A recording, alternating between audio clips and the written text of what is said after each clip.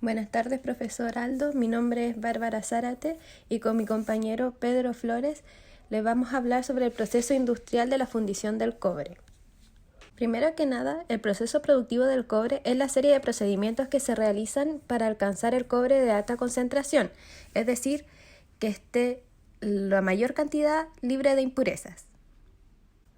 Este proceso va desde la exploración de los terrenos en búsqueda de los yacimientos donde se puede encontrar este mineral de forma natural, hasta la fabricación de las planchas o cátodos de cobre de un 99,99% de pureza, que estos finalmente son comercializados en el mercado mundial. Fundición. En esta etapa del proceso industrial del cobre, el concentrado obtenido es expuesto a altas temperaturas para ser fundido y así separar el cobre de otros minerales e impurezas. Atrás se dejan los baños de burbujas en las celdas de flotación y entran a escena los hornos y el fuego para conseguir un cobre de mayor pureza. Para incrementar progresivamente el contenido del cobre del material sometido a fundición, necesitamos hacer un proceso, y este proceso considera varias fases dentro del mismo proceso de fundición. Las etapas subyacentes a este proceso nos dan que la pureza final sea de un 99,9%. A continuación les explicaré las etapas. Acá tenemos el proceso en un diagrama de flujo. Como primera etapa tenemos el de recepción y muestreo, que extrae muestras y las analiza. En esta primera etapa, el concentrado de cobre que proviene de la flotación se almacena en áreas especiales, desde donde se extrae una muestra del material y se lleva a análisis de laboratorio. ¿Por qué hay que analizar el concentrado? Porque además del cobre, también contiene otros minerales. El objetivo de esta primera fase es determinar la cantidad de cobre, hierro, azufre y sílice, además del porcentaje de humedad que presenta el material. Esta información es fundamental para iniciar el segundo paso de la etapa. De acuerdo a los resultados del material, se clasifica en silos, desde los cuales más tarde son despachados a los hornos de fundición. Volvemos al diagrama para la etapa 2, que es la fusión, ya que lo extraído se va a los hornos para así ser procesado. En esta segunda etapa, el material es llevado a los hornos de fundición y expuesto a 1200 grados Celsius. Tradicionalmente pueden usarse dos tipos de hornos, el horno reverbero y el convertidor modificado teniente, que este último lo utiliza Codelco, ya que posee una tecnología más avanzada y realiza al mismo tiempo fusión y conversión. Además, este horno fue desarrollado por la misma división. Cuando el concentrado pasa a estado líquido, los elementos que lo componen se separan naturalmente según su peso.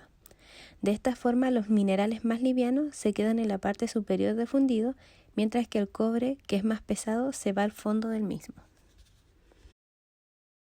Tercera etapa, conversión.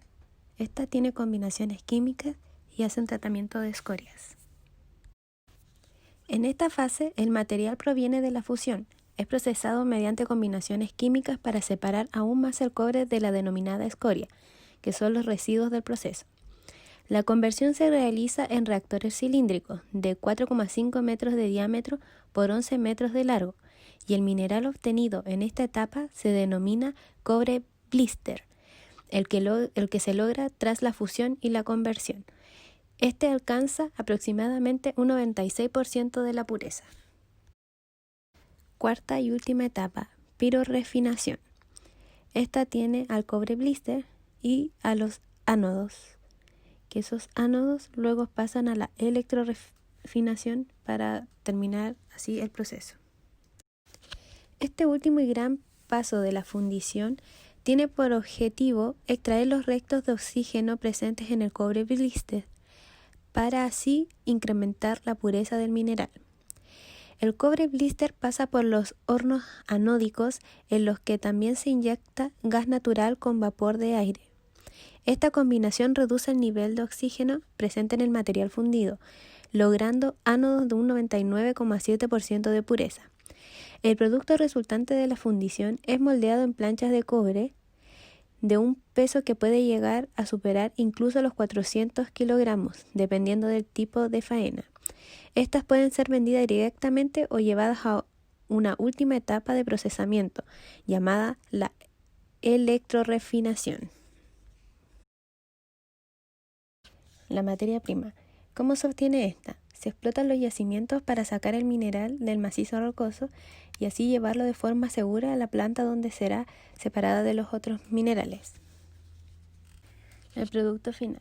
Luego de todos los procesos, incluyendo que el más importante, el de fundición, se obtienen ánodos de cobre, que estos alcanzan a llegar a una pureza de un 99,9% y así ser distribuidos para todo el mundo.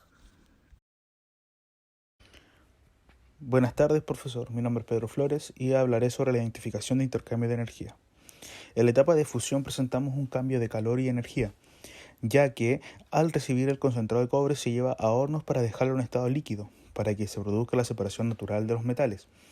En la etapa de conversión también se presentan cambios químicos, los cuales el cobre, material estéril o escoria, deja en solitario el cobre. Y en la etapa de pirorefinación, cuando ya está libre de escoria, el cobre tiene una transformación de estado de líquido a sólido, así logrando que ánodos de 99,7 de pureza. Luego pasamos al problema. La empresa Codelco desea comprar hornos CMT. Tras una investigación obtuvieron dos posibles hornos de CMT de acero, con diferentes espesores. El primer horno es de 5 metros de largo por 4 metros de radio interno, con un espesor de 25 centímetros y un K de 52 watts por metro por Kelvin. Y el otro horno tiene las siguientes indicaciones: 5 metros de largo, 4 metros de diámetro interno y 30 centímetros de espesor, y un K de 58 watts por metro Kelvin. ¿Cuál es el horno que tiene menor intercambio de calor? La temperatura ambiente es de 40 grados Celsius y el horno internamente tiene 1473,15 Kelvin.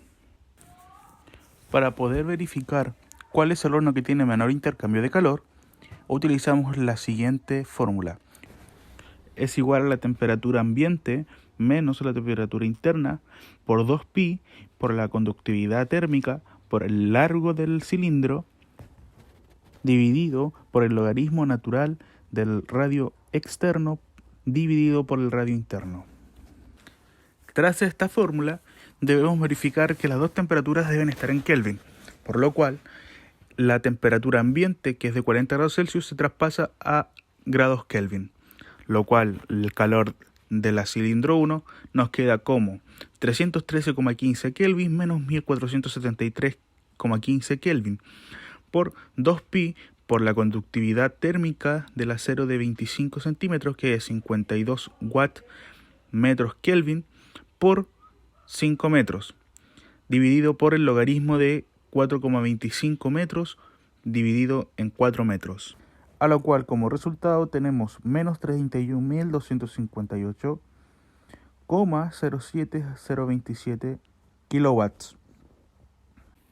Ya que el horno es un cilindro, ya sacamos la pérdida de calor que presenta el cilindro, pero también debemos sacar las tapas que contienen el cilindro, a lo cual nos entrega como resultado menos 564.598,8942 kilowatts, a lo cual hacer la suma total de pérdida de calor nos entrega como resultado menos 595.856,9645 kilowatts.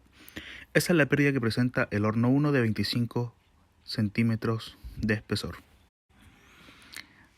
Ya que tenemos el segundo horno con un espesor de 30 centímetros, debemos hacer el mismo procedimiento, a lo cual nos entrega como resultado que el cilindro tiene una pérdida de calor de menos 29.226,127491 kilowatts.